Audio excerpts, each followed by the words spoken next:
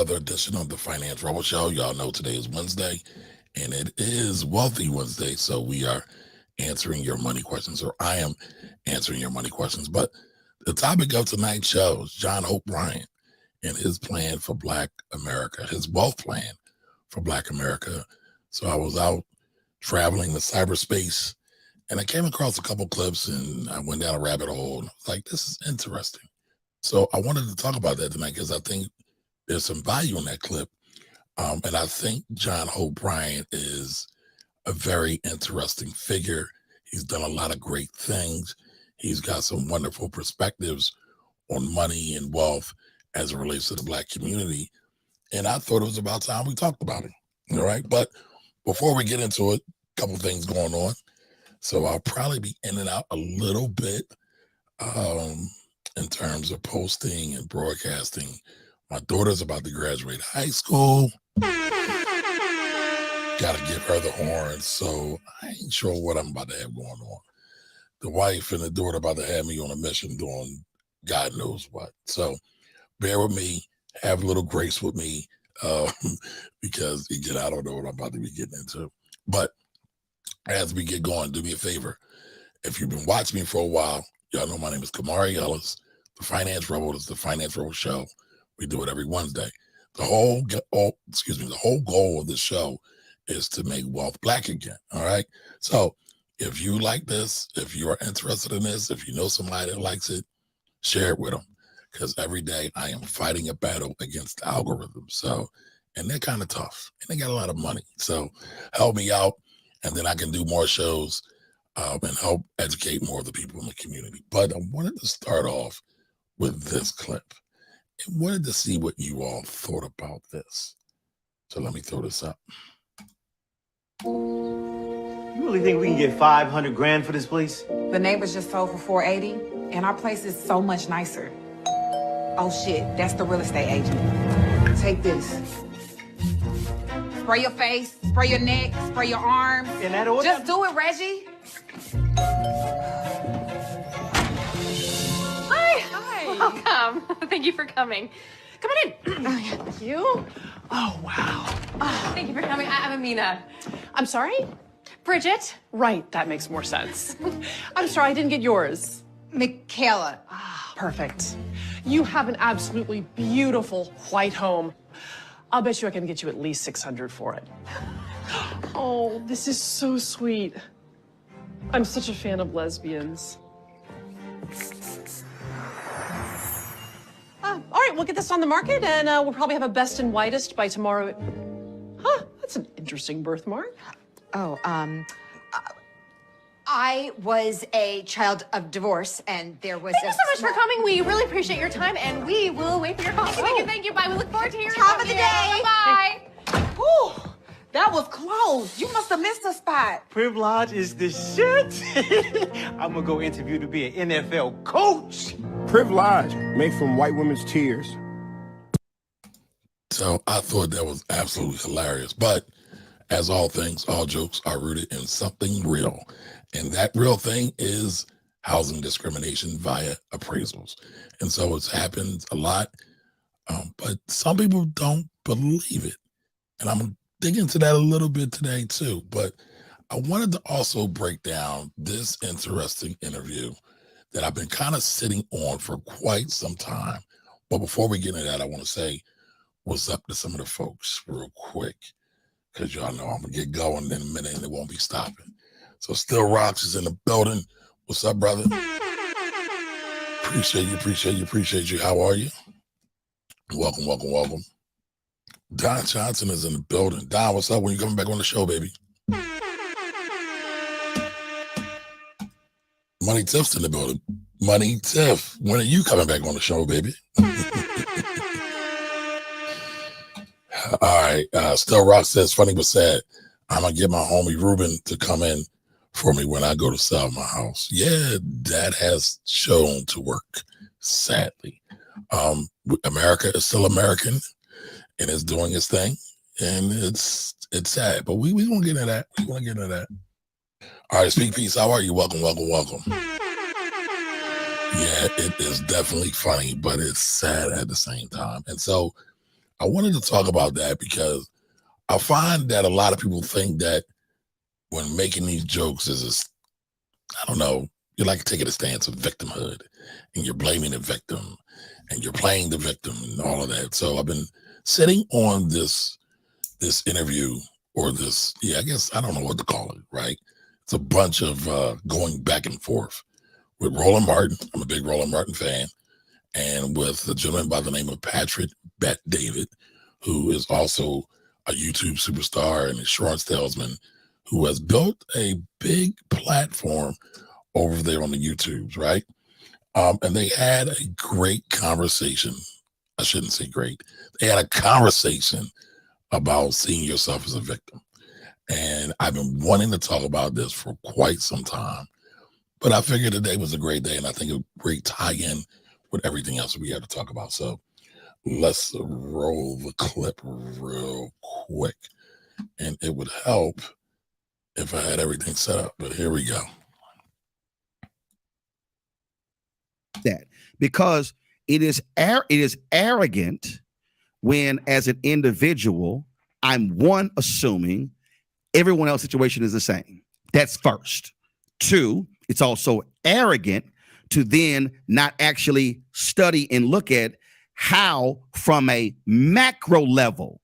See, you're describing a micro level.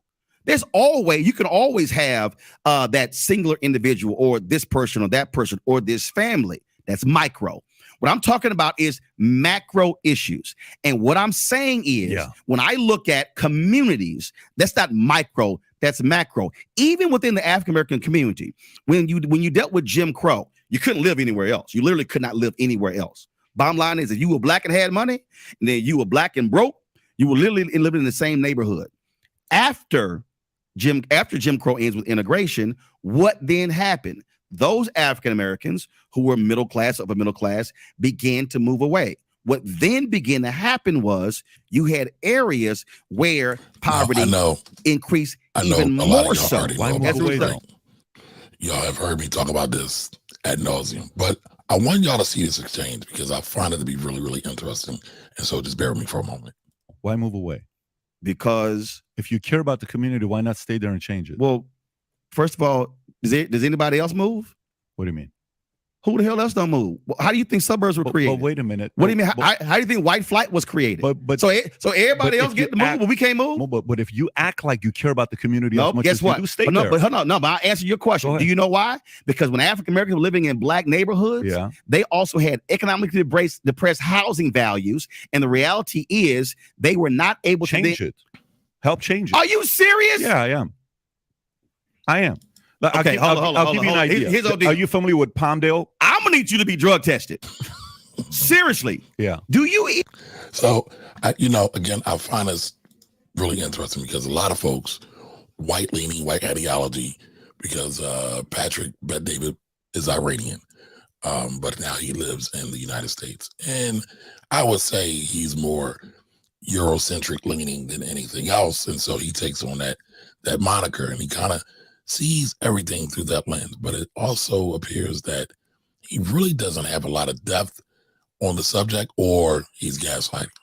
And we know they do both really, really well. So let's get back to this. Even though today we've done the stories in Florida, when somebody's black selling their house, the appraisers will come in and literally give them a value $100,000 to $300,000 less because they're black. You know that's actually happened, right? You'll take one story and say that. Oh my God! On how many occasions has that happened?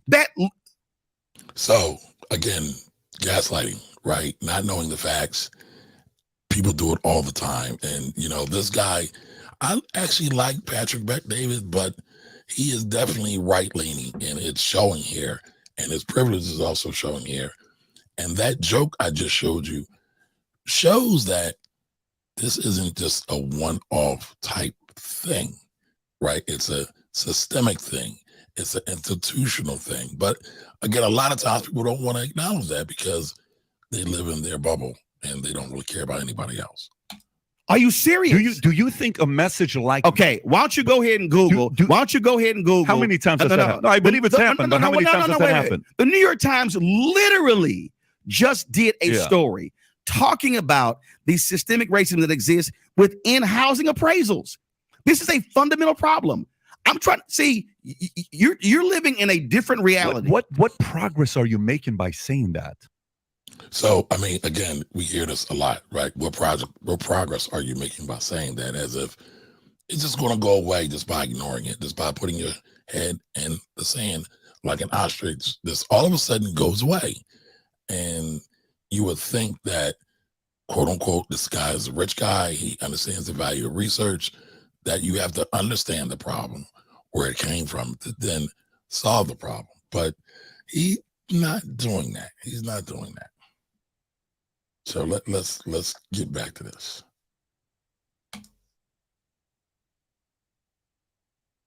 So what progress? So what you're doing? I'm trying to end that. Okay. Do you know how inherent? Okay, hold on. You said you're Middle Eastern, right? You're trying to. Hold on. You said you're Middle Eastern, right? I am, yes. How would you feel? How would you feel? Yes. If you're selling your home, you've got a home that you know, right? And you put upgrades in it, and you know your home is worth $500,000. Yeah.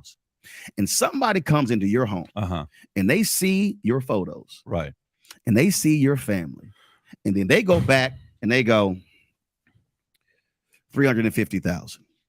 You go, what the hell? So you tell that story. Wait, one second. To get people to be convinced that that's happening. It's actually out of 1,000 appraisals. Oh my God. Out of 1,000 appraisals, how many times does that happen? Out of 1,000 appraisals, how many times does that happen? You want to pull that up?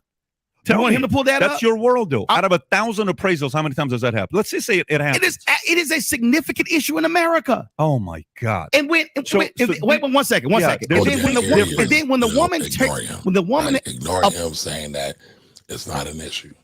Again, that video, that skit I just showed you, shows that this is a known, y'all, but it's only a known for some of us. Many of us find it more convenient to ignore it. So, all right, let's keep going through it. A black person should not have to remove their photos from the wall and remove black art and remove black books to have a white appraiser then come in and go, oh, it's actually 550. So one second, because I'm gonna show you how it impacts generationally. Here we go. So when you follow me here, because this is housing in America.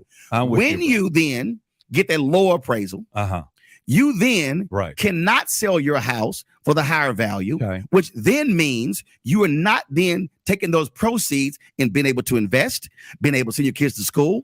And what I'm trying to explain to you is there is a world out here that for some reason you're like living in Unity world that ain't the real America. Brother, I'm trying to get rid of that stuff. You have the wrong guy here. I'm trying to get rid of it. Okay, good for you. I am as well. But you have the wrong guy here. And here's what I mean by that. So when you ask the question, what do you do if they appraise your house $350,000 less, right? That's your question. Okay. I don't see myself as a victim. I stopped looking at myself as a victim a long time ago. And by the way, being Armenian and Assyrian, you know what a lot of people in the Armenian community do? You know what a lot of people in the Armenian community do? They sell victimhood mentality. I'm raised. Now, I don't know how in the world we got the victimhood mentality, but again, that's what people like to do when they want to dismiss facts. But let's keep going. And I'm probably going to get in trouble for this. I might get a copyright strike, but I wanted to talk about this because, again, we run into this a lot. We need to work on having more nuance and more detailed conversations when we go into subjects like this. And again, most people don't have the level of, emotional intelligence, because a lot of times it's attacking their worldview to even have these type of conversations. But let's keep going. With that, which is the statement of mechka. I know you don't know what the word mechka means. Mechka means, oh, poor Roland. Oh, poor PBD. I don't see myself as a victim. And the other part is when you use one story as an example to... Now, this is narrative spinning right here. He keeps saying one story as an example. He said it at least 3 times by my count. One story, right? Y'all got to pay attention to this because this is what the right does masterfully. They always spin it, diminish, or either exaggerate a thing. But let's get back into it. To divide and get people even angrier because out of 1,000 appraisals, this happened one time. I don't think you're unifying when you say a statement like that to say, hey, this is what's taking place all the time. But going back to it.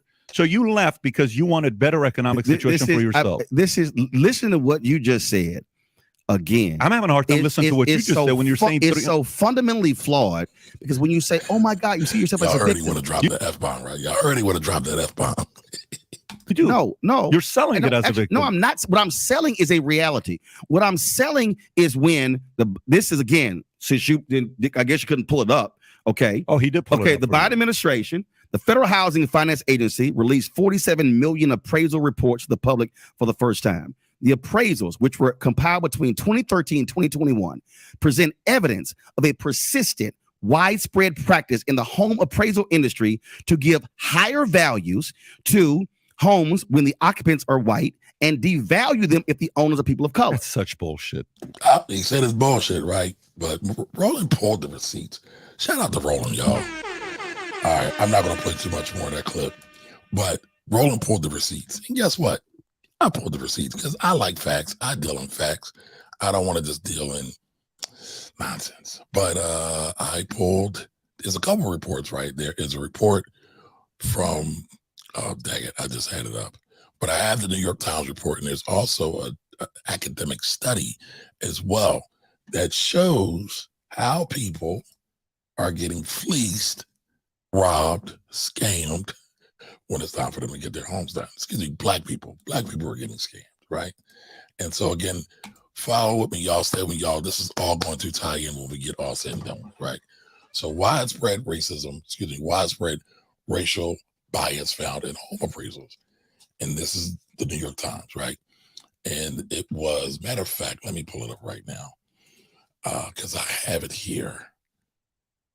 Again, it was a study as well. So it was not just the New York Times, it was also the Brookings Institute as well, right? And so just a brief cliff note, using self-reported census valuations, a home in a neighborhood that is 50% black is valued 23% lower than a home in a neighborhood with no black residents.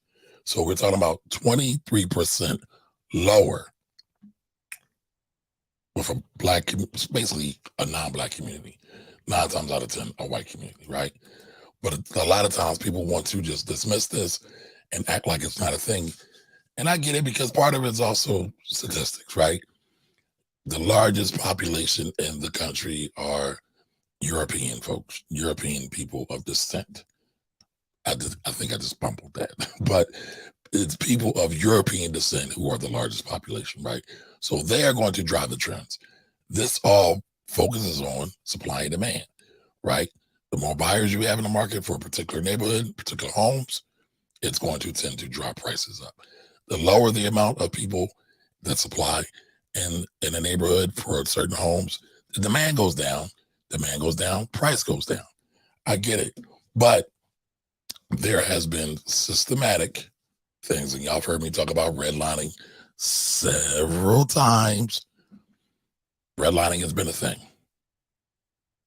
And while you had redlining, you also had white flight. And if y'all don't know what white flight and redlining is, do me a favor, go ahead and look it up. I know some of y'all are new here and don't know me when you watch the replay, but everything I say is backed by facts. So do yourself a favor and look all these things up. These are all issues that have led to the dropping of home prices. All right. So, I mean, again, you have to think about these things, right? Again, these are facts when you all lay them out. But let's go through this report. We're going to talk about John Hope Bryant in a minute as well. But let's go through some of this because, again, it's really fascinating. So researchers found evidence of a persistent practice that gives higher values to homes when the occupants are white and devalue them if the owners are people of color, aka black. So before we get into this, remember, this show is for entertainment and educational purposes only. It's only entertainment. Anything that I say is not a recommendation to buy, sell, or hold. whether it's real estate, whether it's a security, whether it's a business. So just keep that in mind. Now, off the bat, the very first paragraph says, white homeowners can expect their home values to increase at twice the rate of homeowners of color, a stark confirmation of systematic racial bias in home appraisals, according to a new study. What do y'all have to say about that? What do y'all think? Now, y'all kept hearing David Bet Patrick, or I'm saying his name wrong, Patrick Bet David, kept saying that it was one or a couple thousand, right? A couple thousand studies. Kind of dismissing it, demeaning it, just taking a piss all over it, right? Didn't really care what Roland was saying, being honestly disrespectful, but I get it. It's entertainment.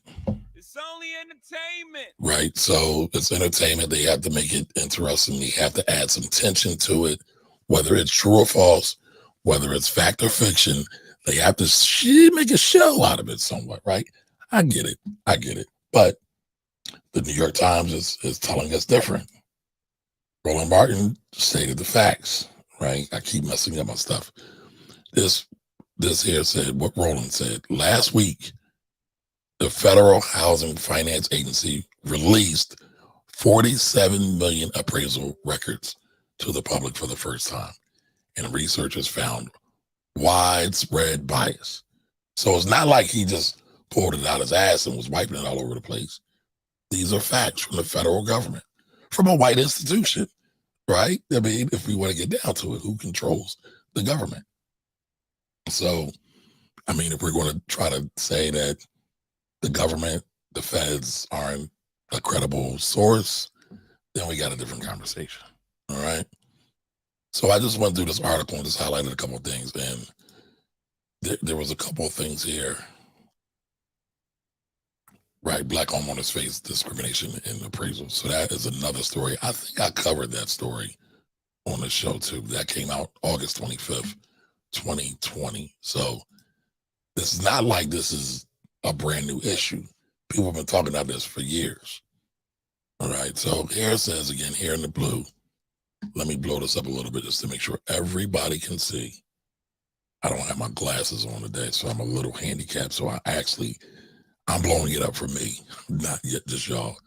The appraisals, which were compiled between 2013 and 2021, present evidence of a persistent, widespread practice in the home appraisal industry to give higher values to homes when the occupants are white and devalue them if the homeowners are people of color. Analyzing the millions of appraisals by using the census tract as a proxy for neighborhoods and comparing communities with nearly identical housing stock, two researchers found that the results show the clear correlation. The higher the proportion of white residents in each community, the higher the appraised value of individual homes. The researchers restricted their study to neighborhoods in metropolitan areas with at least 500,000 people. All right, so we're not talking about small town USA. And we're not talking about mega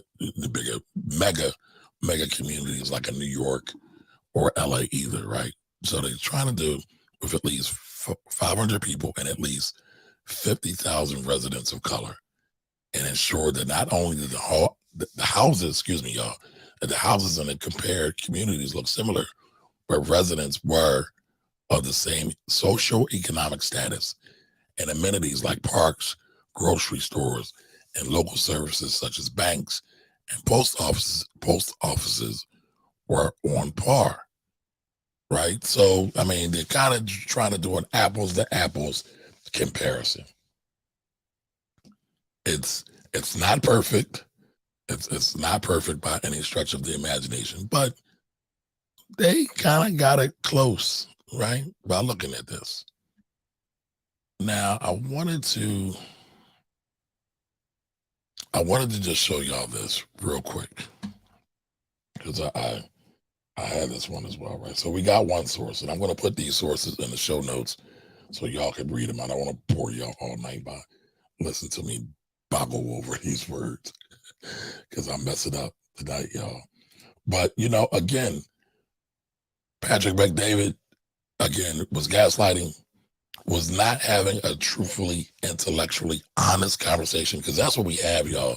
We have a lot of people that have these microphones and these cameras, and basically they lie, or they hold these arguments that they know themselves are not really real, and they just do it for the sake of doing it. They're playing devil's advocate just for the sake of playing devil's advocate, even though there is concrete evidence to prove something different. But let's look at this thing, and we're going to get into another clip in a second. We're going to get into the main meat of the show. So give me 1 second. All right, so this is Brookings, right? Don't want y'all to think I'm just making this up. I like the cite sources. It's important. All right, so this came out December 5th, 2022. Brookings Institute, How Racial Bias in Appraisals Affects the Devaluation of Homes in Majority Black Neighborhoods. Again, how racial bias in appraisals affects the devaluation of homes in majority Black neighborhoods. All right. So again, this isn't a too lengthy of a study, but I just picked out a couple of things here, right? Here, Brookings says we continue to find that homes in Black neighborhoods are valued roughly 21 to 23% below what their valuations would be in normal Black neighborhoods. Neighborhoods with a majority of Latino or Hispanic, Asian American, or white residents do not experience home price devaluation using the same model.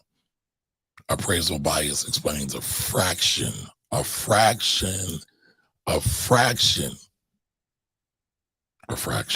the devaluation of homes in Black neighborhoods, approximately 9% to 19%, depending on modeling approaches.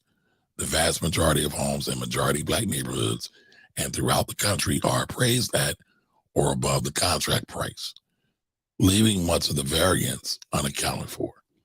And variance just means the change. All right. The cost of devaluation across the 113 metro areas in the U.S. with at least one majority Black neighborhood is approximately $162 billion. $162 billion, y'all. That's a lot of chicken. That's a lot of money. All right, so I don't want to go through this whole thing. I'm just looking through the parts because I had highlighted a couple of things here. Just give me 1 second. I did find this interesting. This map here, a lot of this is happening on the Eastern Seaboard and Midwest. Let me blow this up a little bit more. So you see all these red circles. The red circles are devaluation. Comparable homes in majority Black neighborhoods are worth less, right? The bigger the circle, the bigger the level of devaluation, okay? The green circles are comparable homes in majority Black neighborhoods are worth more. So you do have a smattering of Black neighborhoods that are able to compete in terms of home pricing. But it's interesting. I would have thought Maryland would have had a higher showing because Maryland, last time I looked, has some of the highest per capita by income residents and neighborhoods in the country. So again, this is interesting. Eastern Seaboard, Midwest, it's only like 3 communities here. And it's interesting, of course, they have San Fran, Oakland, right? That whole Bay Area that's having major displacement in terms of housing. But again, I think a lot of this is interesting, is telling. And when you see guys like PBD just kind of in a way, it's almost like spewing hatred because it's not based on any facts. This is how he feels. But that is the state of social media and podcasts today. We get people that get on there and they spew a bunch of stuff. And I guess it's also not fair. He does come with facts sometimes. I mean, the premise of that whole clip, though, was democratic cities, that democratic controlled cities, basically cities with democratic governors, are terrible versus everybody else. But he didn't want to talk about how these democratic cities largely are within Republican states. And he didn't want to talk about the connection between local government, state government funding, between local, state, and federal, or any of that. So again, a lot of these conversations are very disingenuous. So again, it's sad. It's sad. Now, this brings me to the whole point. I wanted to talk about John Hope Bryant because he's doing a lot of dope things, especially as it relates to the Black community. He has a plan for how Black folks can generate more wealth. And I caught a clip that I wanted to talk about. But before we jump into that clip, I want to just say what's up to some of these folks that are here. I see a couple people are here that weren't. My man, couple people here. Okay, we coming in. All right, there we go. John James, how are you, sir? Welcome. Maddox, what up? Yes, please get the likes up. Like, comment, and share. Listen, that's the only way we're going to be able to fight against the algorithms. If you like the show, if you like the Finance Rebel show, if you like me, you like what I put out, the content that we put out, you find value in it, share it. And do me a favor, go ahead and hit the subscribe button over on the YouTube channel. All right, so let's see who else is in the building. So a couple people. All right, Lawrence says Roland loves playing the victim.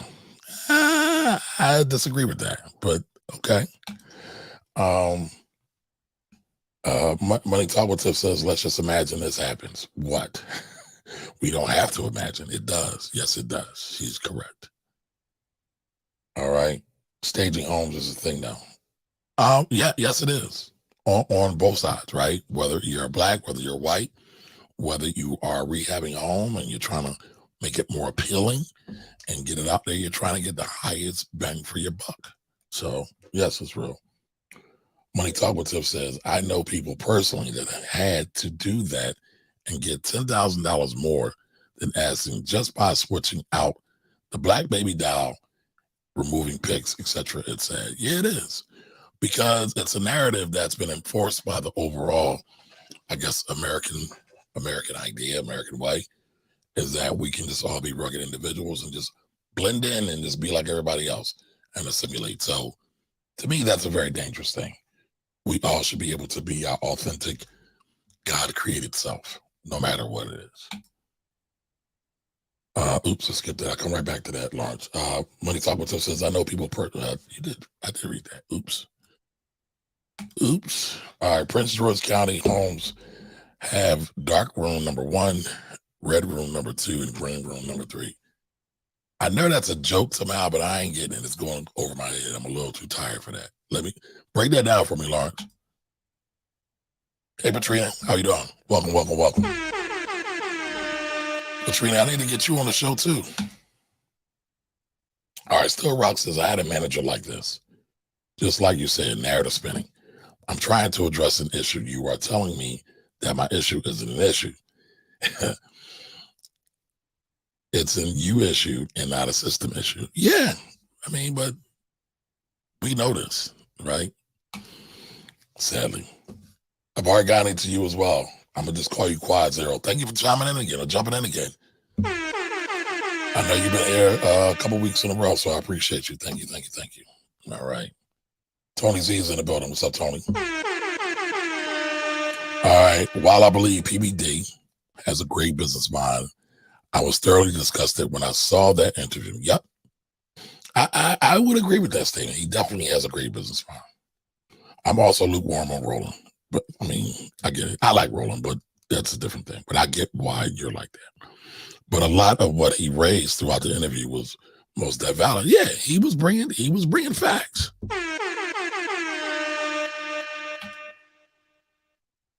The interview was painful to watch. Yes, it was. And it was painful to watch because one, they're both talkers, right? So I want to be objective here. Mr. Rowland can talk. Mr. Patrick can talk. It was Patrick's show, though. So he, in my opinion, was supposed to be a bit more gracious to his guest and at least let him finish a thought and not cut him off. And he kept doing that. And then Rowland had to, in turn, cut him off to make his points. So I get it. I get it. But that interview's done numbers. All right, so Lawrence says, I'm in the corner with the Birdman hands. Setting up to buy home number 3 is going to be pretty. $600K at this rate. Okay. Hey, brought dollars. Hey, brought dollar, Lawrence. You got a couple dollars over there. All right. Highly recommend that people buy a starter home in the Black community. Prices are favorable, just missing a local coffee shop. And listen, depending on what Black area you're at, the one that might be gentrifying might have a coffee shop. Real quick. All right, so it depends on MD, Maryland. PG is way better than Baltimore. Well, I'm not here for the Baltimore, D.C., Prince George's County battle. I'm just looking at the stats, man. Seriously, look at the stats. All right, Elizabeth. Hey, Elizabeth, how you doing? She says, great content. Thanks, Kamari. Thank you. Thank you for joining it. Listen, those comments matter, y'all. When I, because some days I'll be here, I'll be at home, alone in my room, looking at the wall. And in the back of my mind, I hear my contents call, and I'd be like, do these shows even matter? But it's funny, I had another fellow content creator say they absolutely matter and to keep going. So I appreciate that. All right, Don Johnson says, it's easier to give individual solutions to systemic problems. So no real work is done. Stop buying Jordan, and that will shrink the racial wealth gap. That's not, Don's right. Don is square on. I will say this, though. Well, you know what? I'm going to hold that. I'm going to hold that thought. I'm going to give it to y'all later. Because I hear that conversation a lot. Money Talk with Tiff says, tons of value. One of my friends, oh, y'all making me blush. Thank you. All right. Hey. Any opinion on Fed now? I'll tell you what, I'm going to start at, and I'm going to get down to it at the end when we do our answering questions. Listen, it is Wealthy Wednesdays. I'm here to answer your money questions. If you want to know why am I qualified to answer your money questions, I'm a tax accountant.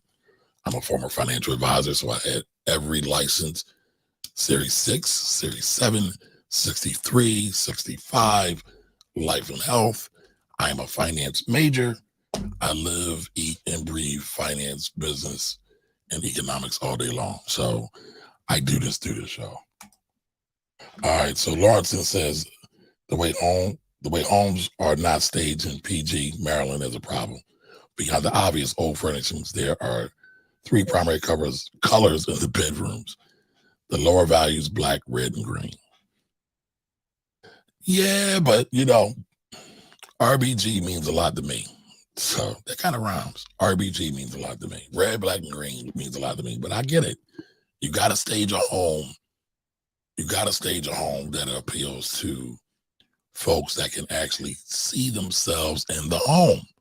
You don't want to just stage it red, black, and green if they don't want to do that. Everybody not on RBG. I get it. Yes, indeed. All right, so who is John Hope Bryant? Background. So John Hope Bryant, I'll get to it in a second as we tee up this next stat. Let me just get through these real quick.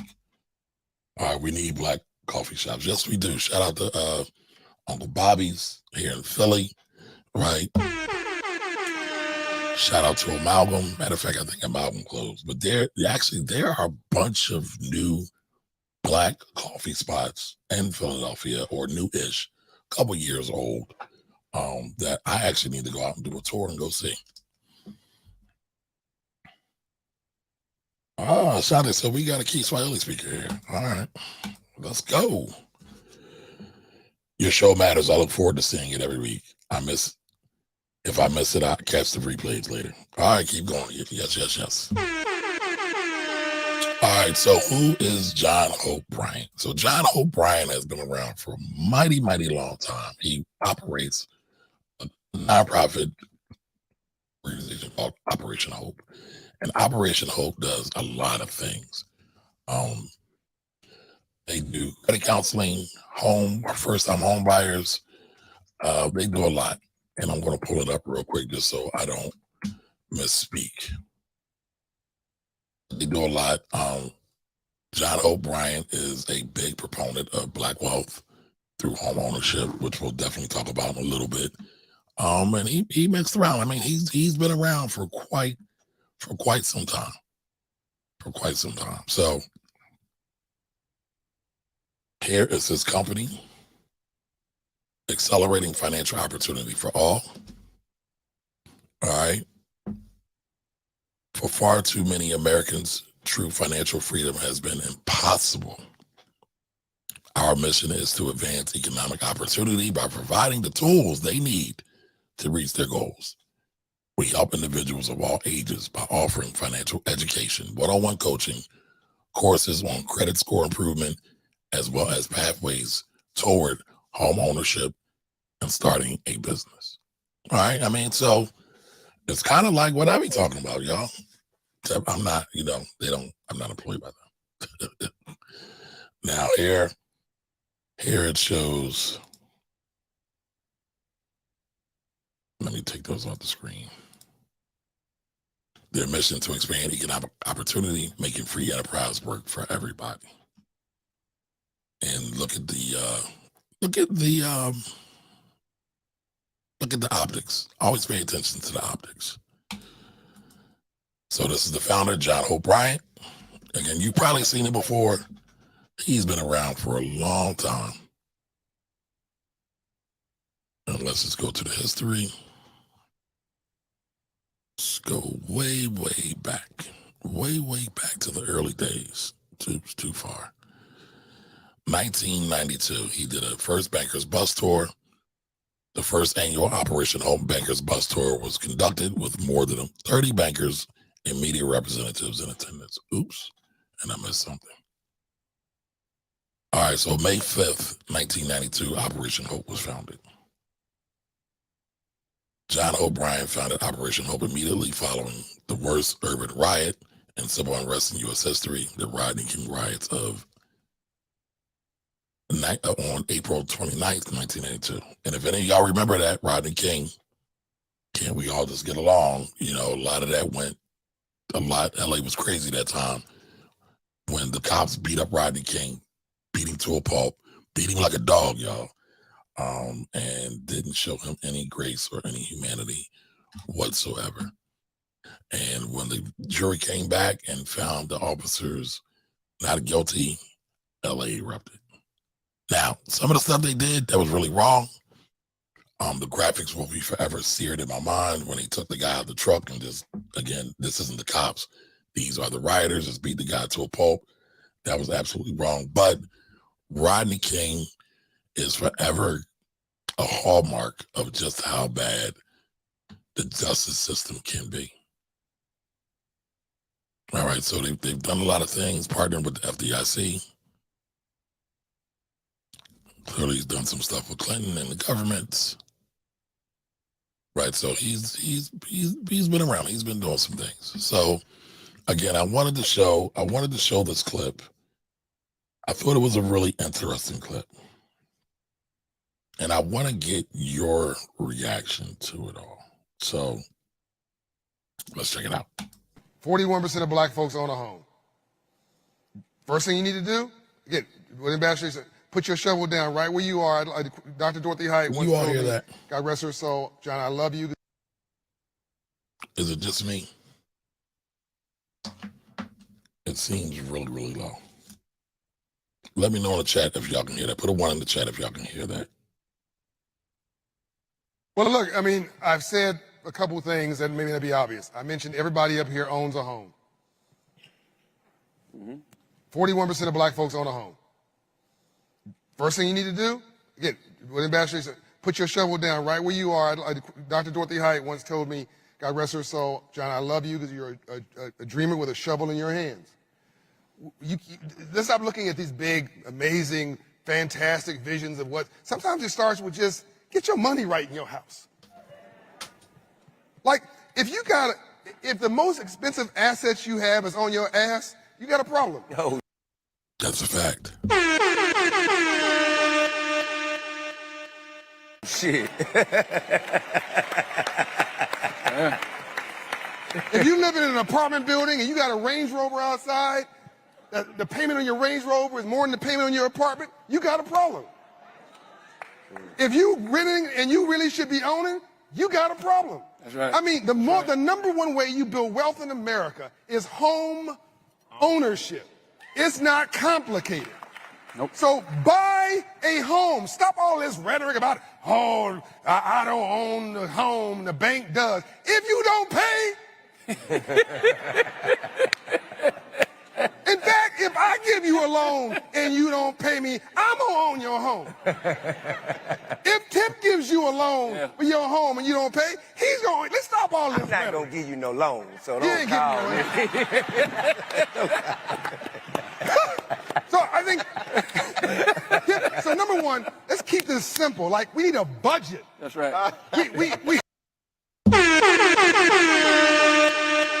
Now, y'all heard me say that before, right?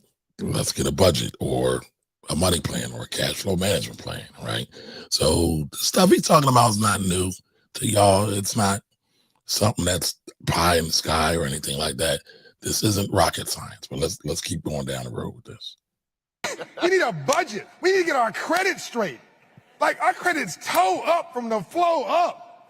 We got to start asking important questions. You can't just have relationships of stuff that makes you smile. Like, yeah, Tip, everything Tip said was right. But what he missed out, what he left out was, Tip, you know your producer, you know your writers, you know people who he told me all kind of terms about licensing rights, and because Quincy Jones says if you're in the music business, you don't own publishing rights, licensing rights, you're just a temporary performer. You're not in the music business. Tip schooled me and all this stuff. He knows all this stuff, Tip, who's your banker? I don't know. Who's the CEO of the bank? I don't know. When's the last time you talked to your banker? I can't remember. I'm not talking about the branch manager. I'm talking about at your level, bank CEO, the CFO, your private banker. I'm saying, so with all due respect, Tip wasn't doing the relationship nurturing work. I mean, they want his autograph. They buy his music, but they're not going to give you a credit decision unless they. Now, do y'all understand that? Do y'all understand why he said at Tip's level? Keyword there, Tip's level. So I don't want y'all to confuse this and say, I'm making $30,000 a year and I need to have a relationship with the owner of the bank. You might be able to get one, but there's levels to this, right? So he said at Tip's level. So he's saying at Tip's level, he is under maximizing his potential. Again, not to be confused, right? I don't have a relationship with the owners of the bank. Well, a couple of them, but not a whole lot, And I ain't got TI money either. One day though, one day soon. They trust you. So we got to start building relationships. They buy us music, but they're not going to give you a credit decision unless they trust you. So we got to start building relationships and nurturing those relationships. And this is why building relationships with smaller banks, regional banks, local banks, credit unions are really, really important, right? Because at those banks, a lot of times the personal relationship does matter. When you look at some of these national brands, they don't matter. And listen, all of them can be used for various things. So just because you have a small local bank or credit union doesn't mean you don't need a national bank either. It really just depends on what your overall needs are. So keep that in mind. There's no one size fits all type thing here. In the banking and finance sector, so that when you put those seeds down, they bear fruit, not just when you want it. Everything you're saying is true. Okay, go ahead. But however, I didn't Now I want y'all to pay attention to this. This is key. This is why I shared this. This right here is worth all the gold. I need none of the relationship for them to accept my millions of dollars in. Now he said, I didn't need none of those relationships to give those people my millions of dollars, right? So I'm going to rewind that. I want y'all to pay attention to this. Oops, I think I went too far. When you put those seeds down, they bear fruit, not just when you want it. Everything you're saying is true. Okay, go ahead. But, however, I didn't need none of the relationship for them to accept my millions of dollars and play the market with it. You see what I'm saying? Oh, you're being philosophical, but that's not the way the world works. I'm just saying. They're going to do that whether you like it or not. Whether you participate or not, Tony Ressler has taught. Every time I think I understand money, I go talk to him, I get a whole nother lesson. Here's what I've learned, Tip. God gave me 2 ears and 1 mouth, so I listen twice as much as I talk. Right. I go to him and I shut up and listen. I go to him on civil rights, I shut up and I listen. I come to you on creativity and all this stuff, on community, Charlemagne, I shut up and I listen. When I tell you something about money, shut up and listen.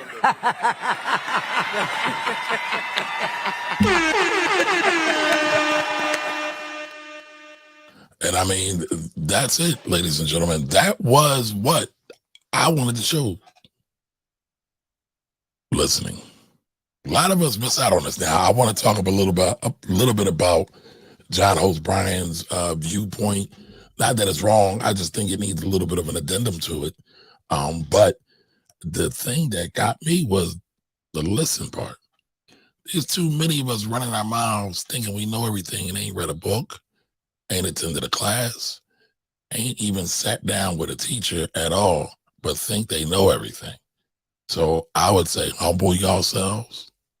This goes for me too, because sometimes I get up and excited and I'm ready to go. And I'm like, ooh, I need to be listening. And listen, you can learn from anybody. I believe that fervently. You can learn from anybody, from the the unhomed person or the person that doesn't have a residence, to someone that's a millionaire, right? So it doesn't mean a person has to have a lot of money for you to learn something from them and then take that lesson and make money with it. I mean, if any of you have ever paid attention to like Peter Lynch and how Peter Lynch got his ideas, all he did was he watched what was going on. He learned from people. Wasn't necessarily somebody that was richer than him. He was just paying attention, right?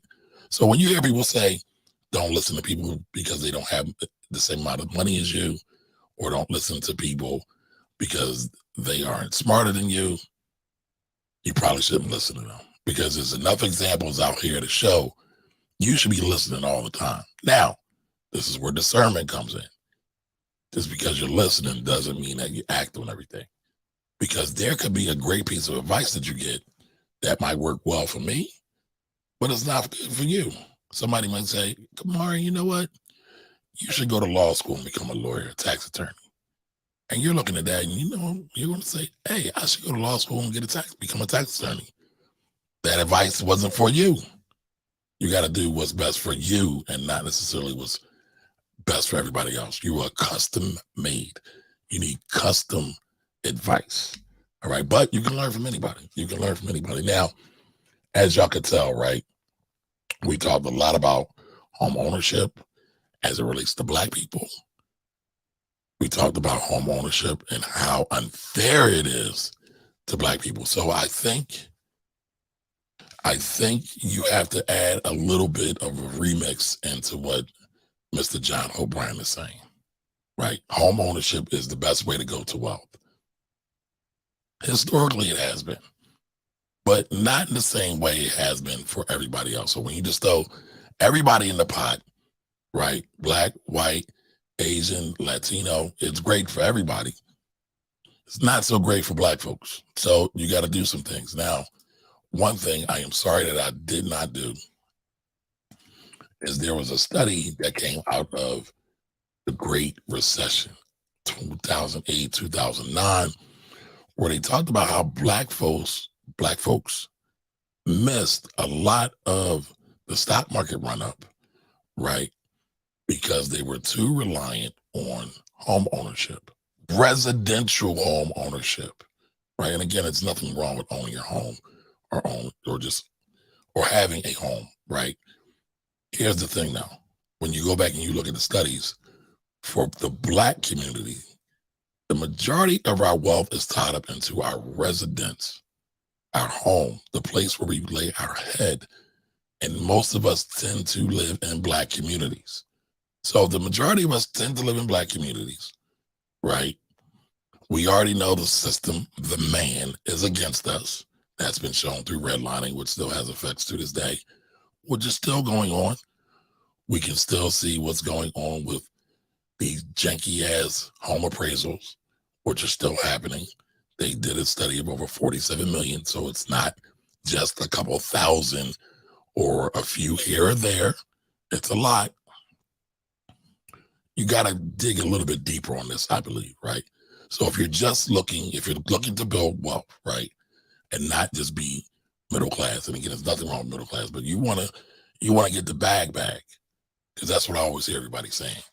If that's the case, then you can't do what everybody else does and just be average. You have to do some other more extraordinary type things. So again, you can make a lot of money through real estate, but instead of starting off with the big McMansion, as Lawrence was kind to alluding to the other day, you can start with a starter home.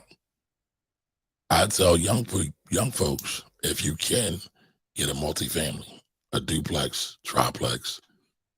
I really don't advise quad, even though you can do quads under you can do quad plexes under personal finance. Excuse me, that's not the term. Why am I babbling my words, y'all? You can do a quadplex under a residential loan, right? You can do that.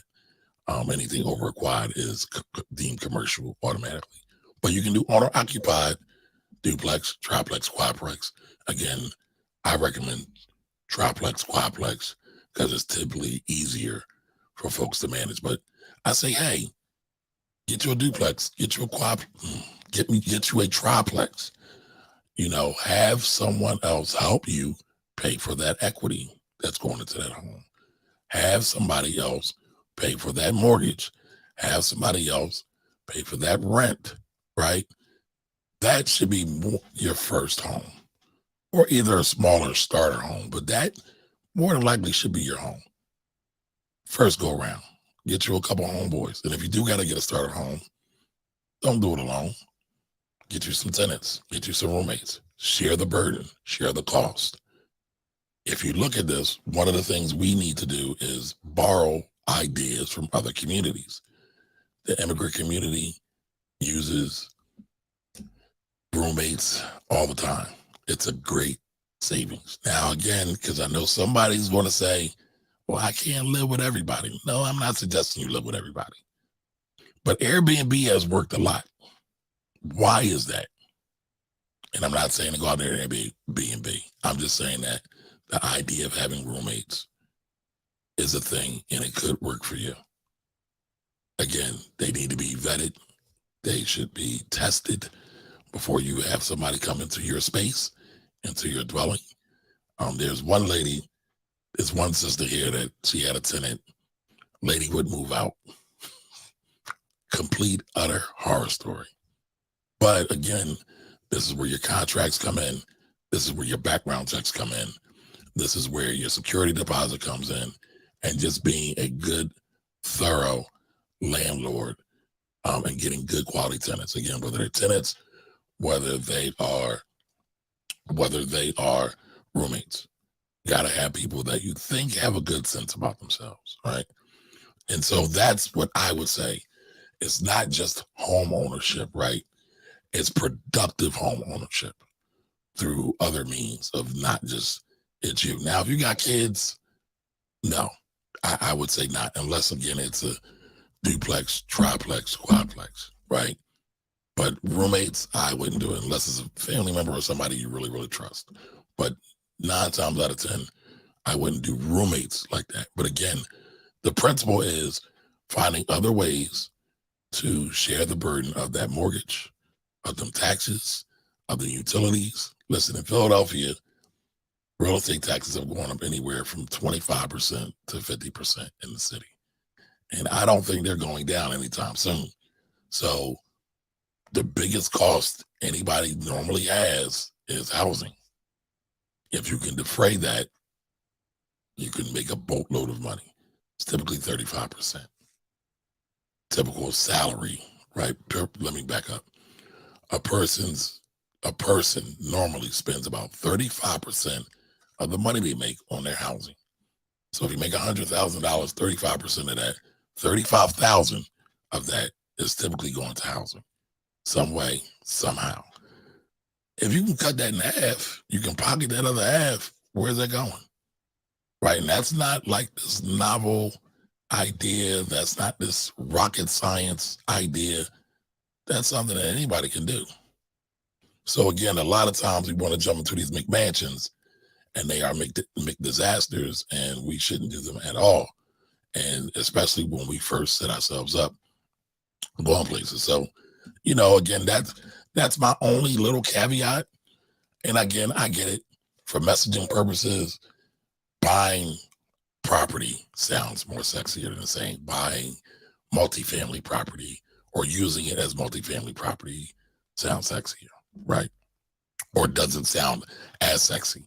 So, I get it. I get why he goes the route he does. But again, we going to be a little bit more sophisticated. We're going to look into maximizing our dollars at every chance that we get. So again, I think that is a good way to go. Now, when you look at it, the thing that he said, though, first thing he said was budget. I did a quick run through with a client the other week. She's got massive tax debt. And she's like, I don't know what I want to do. I said, all right, well, let's just go through your money real quick. Let's go through your money. Let's see what you are doing with your money. And I do coaching with a couple clients, but I usually don't advertise it, right? But this is what I do with my coaching clients. I have them print out 3 months of bank statements, highlight the necessities that are on your bank statements with green, and get a red or a pink highlighter and highlight all the bullshit.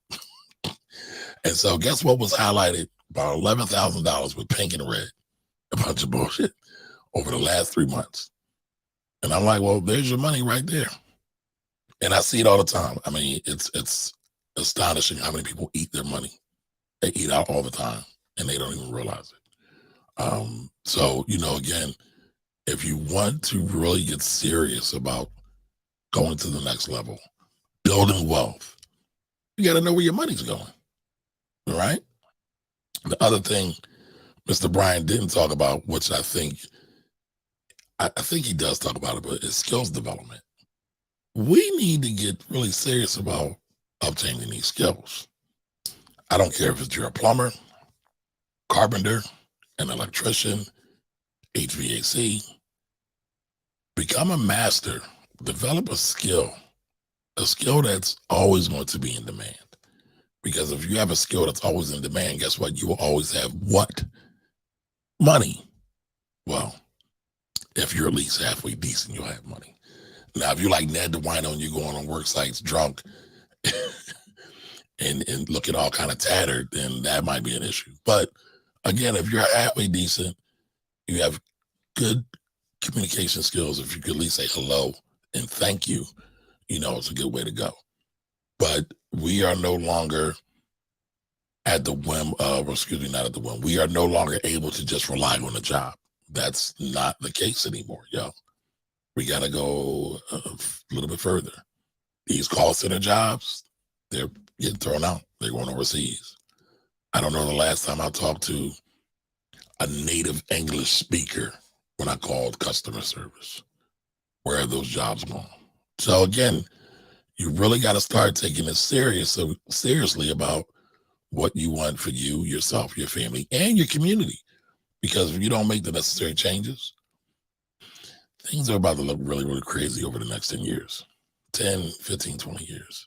But it's going to be bleak in 5. Like, you're going to really be able to tell. Right now, folks are just seeing it. Like AI and robotics, folks are just seeing it. Wait till we really get some real advancement. what's going to happen. So, you know, it's that time, y'all. We got to get serious. We got to get serious. So, y'all know Wealthy Wednesdays is all about answering your money questions. I usually present on some topic, all right, that relates to Black wealth, about making wealth Black again. And so any questions you might have, go ahead and throw them in the chat. I know there was one already, but let me go back. Let me go back and find that question. All right, so Elizabeth Styles Brown, how are you, ma'am? Thank you for joining us today. So any opinion on FedNow? FedNow is not that big of a deal. Actually, FedNow has been around, or a version of it has been around for a while. I know a lot of people worry about it. They thought that the Fed's going to take over, but FedNow is for institutional money transfers. It's not for Cash App. It's not for PayPal. It's not for Venmo. I know that's what everybody is scared of, that they're going to replace everybody with, and everybody's going to be forced doing digital. No, that's not what's happening. That is not what's happening. So here's a really interesting thing. On social media, a lot of people are paid to do a lot of things, or a lot of people just like to get eyeballs so that they can then charge people for things, right? So here's one thing that happens. People love to do things that are scary, stoke fear. Why do they like to do things that stoke fear? Because when you can arouse someone emotionally with their fear factor, they'll tend to share it more. They'll tend to be engaged with it more. They'll tend to say, oh, look, oh, shit, this is about to happen. Are we really about to die? Is the sky really falling? And people stand up and they look at me and say, I don't want to get caught in that. And so a lot of these things tend to go viral, right? Because, again, it has a certain level of emotional content. And so that in and of itself, right, should let you know something. But they use that, and they did the same thing with FedNow. So I'm going to pull up the Fed Reserve. And we're going to look at what FedNow is, because I looked at it before. I was supposed to make some content about it before. I'll be busy. I'll be busy. This is a labor of love for me to come and hang out with y'all and rock with y'all. And so, you know, sometimes I don't get to talk about as many things as I want to get. I tell people a lot, listen, my dream job would be like to host a podcast or be a producer on a podcast that's owned by NPR. Like, and they're paying me a check. I don't get paid to do this, y'all. I do it out of love. I do it all out of love. So it's only entertainment. Just want to keep that in mind for everybody out there. All right, so FedNow, let's talk about it.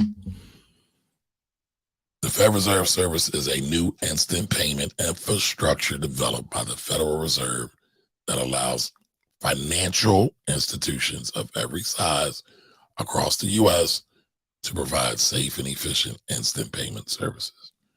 Couple words: payment infrastructure developed by the Federal Reserve that allows financial institutions, right? So this isn't mom and pop. I mean, you could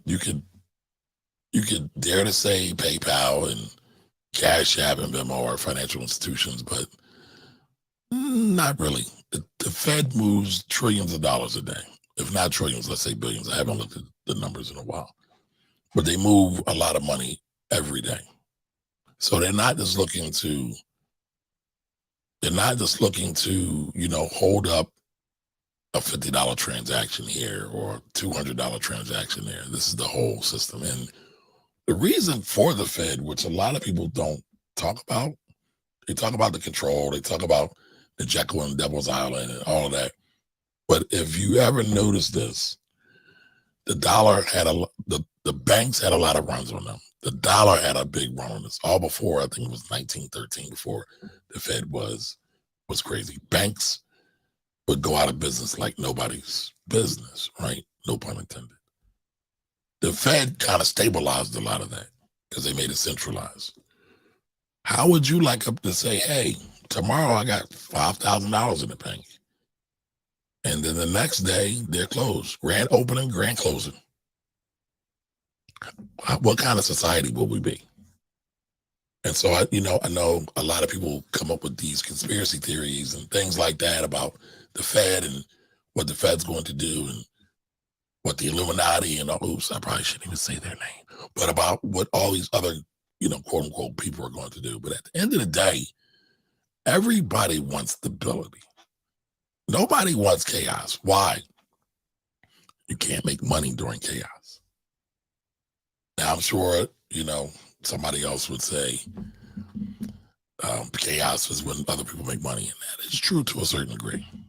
But for the most part, the long money, those folks have a vested interest in having things stable and secure.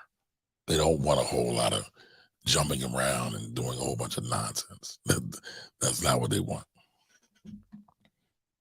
All right, so Elizabeth, let me know if that helped you. Don't fear. It's okay. Matter of fact, I'll show this video. They have a short video of how this all works as well. Let me do that.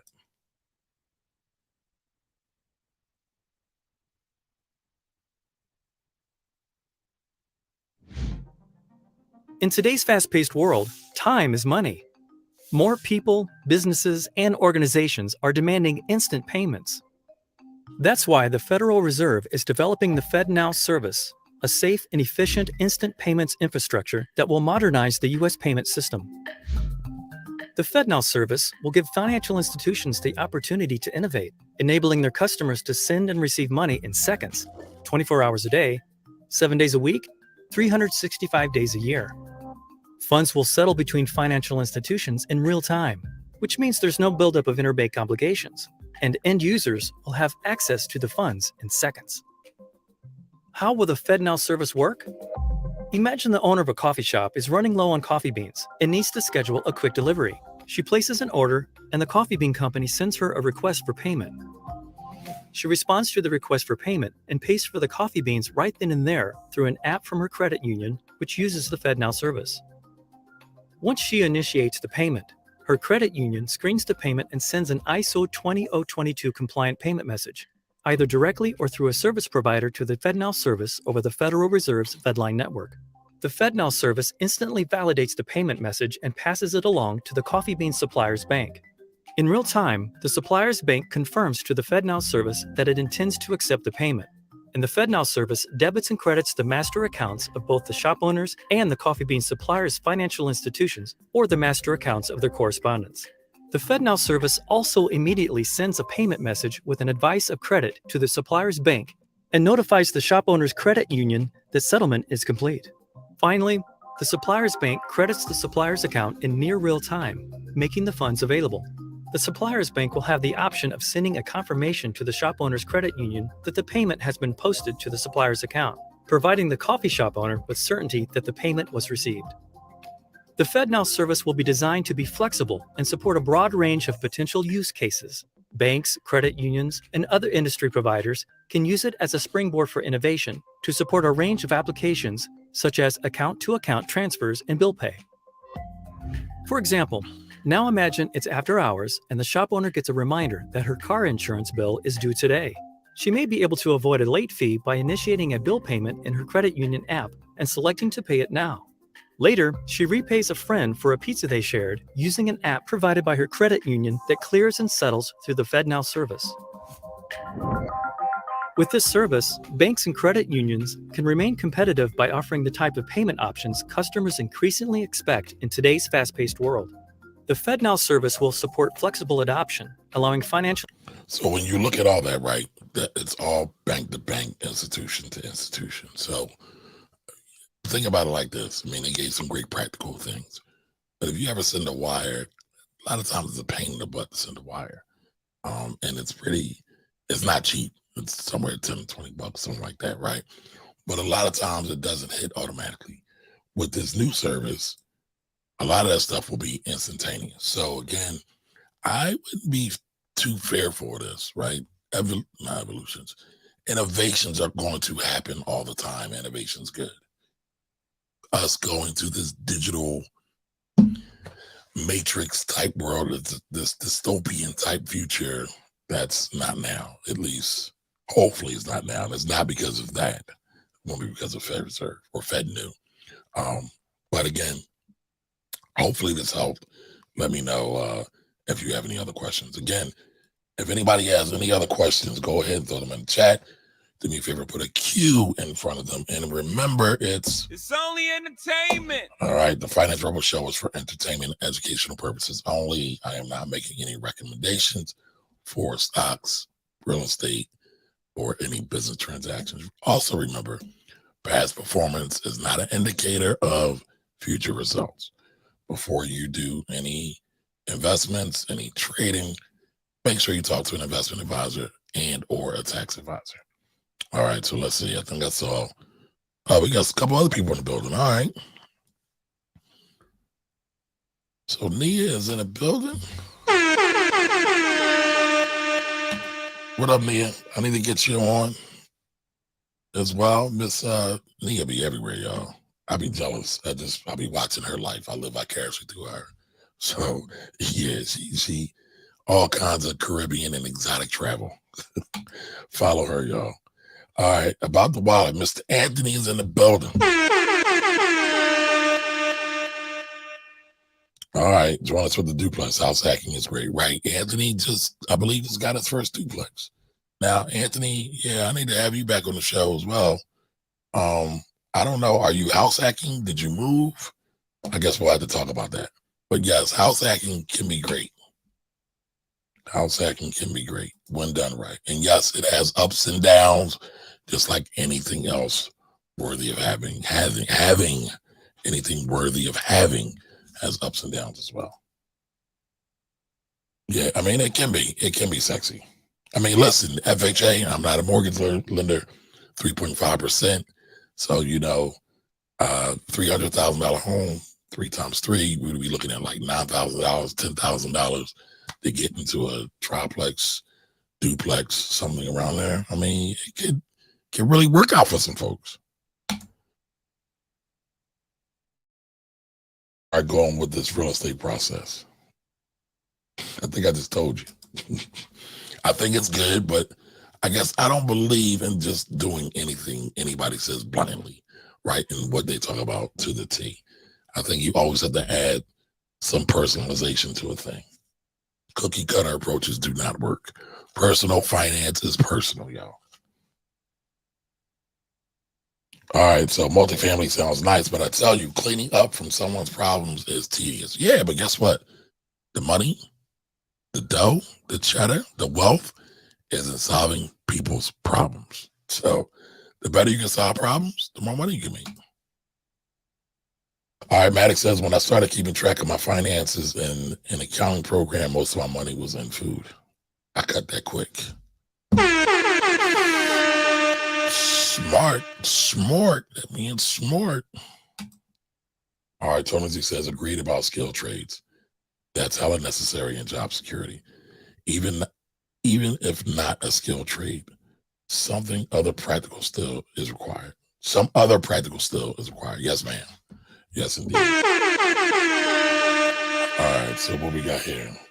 Question, is it wise to ever buy land with a lot loan since the interest that is tax deductible is low, or do you advise cash only land buys? Land can be really tricky. I don't advise land deals on your first purchase, because think about a land deal. If we're going to put property on it, what do you got to do? Typically, you got to run all your utilities, your sewage lines, your phone lines, your electrical lines, your water lines. You need surveys for a lot of those things. It can get costly. Now, I'm not saying you shouldn't do it. I'm not saying you'll fail.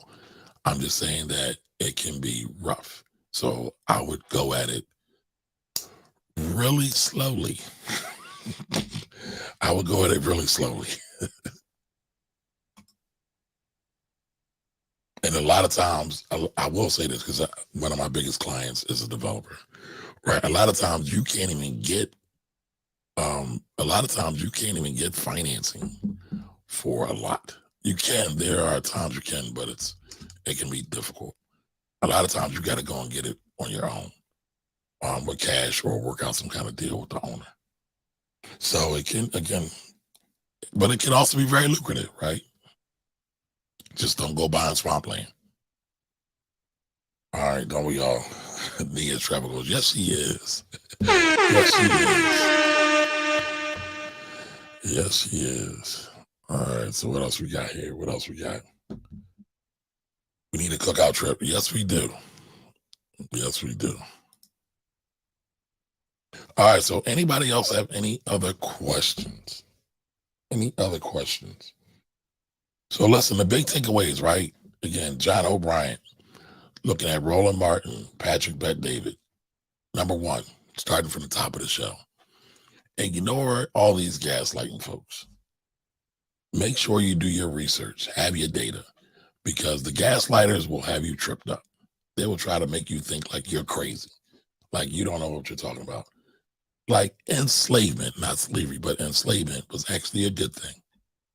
Like it was a blessing that all these black people got relocated from Africa to the Americas. I mean, we were already here anyway, but that's a whole other story. Right. So again, do your research. We need more people doing real research. We need more people doing good research because sadly, there is no shortage of the PBDs. There is no shortage of those likes. I get bombed in here and they come and they drop the N-bomb and they call me nigga all the time. Nigga. And it's like, wow, you ain't got nothing else better to do. I guess that's really an original. They didn't have anything else to do, but they'll come do that. They'll drop them in the comments and they'll do all kind of things. But I also do have a history of speaking the truth for some of those things too. So I guess I bring it on myself. I don't know. But, do your research, y'all. Do your research, right? That's number one.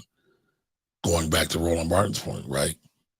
Home appraisals are trash. So if you're looking to sell your home, there's lawsuits there. There's studies now. There's lawsuits that people have won. There's studies now. Do your research. Don't just go for the first appraisal. You might have to get multiple appraisals. And yes, appraisals are costly. So, however, we're talking a couple $100 versus several $100,000 sometimes. So you got to weigh the cost. Always got to weigh the cost. And, the other point was John Hope Bryant, as he said, get a budget. Fix your credit. Now, y'all know I'm not the credit guy, but I'm never going to say credit's not important. Y'all know what I say. Cash is king. Again, cash is king. Cash is king. And credit is a wonderful queen. And together they can make a great marriage that can build empires for generations. But you need both. You need both. And again, we see all these, get your credit together. Y'all saw what I talked about last week. Do this for credit. But nobody's talking about how to make more money. What are you going to do when you get the credit, but you don't have a business?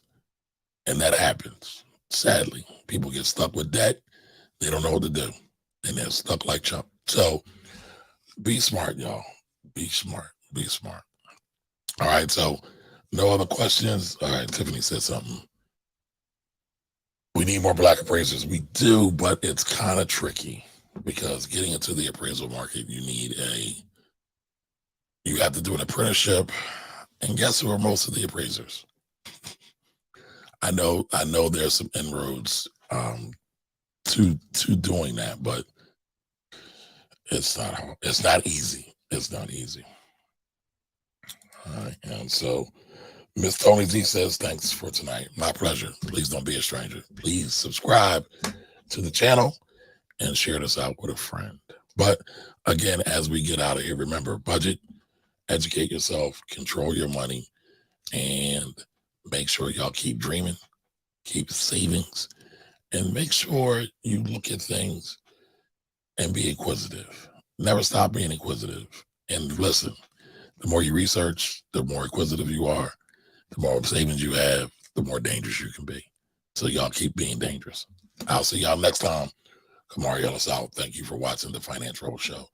We're going to keep making wealth black, y'all. Later.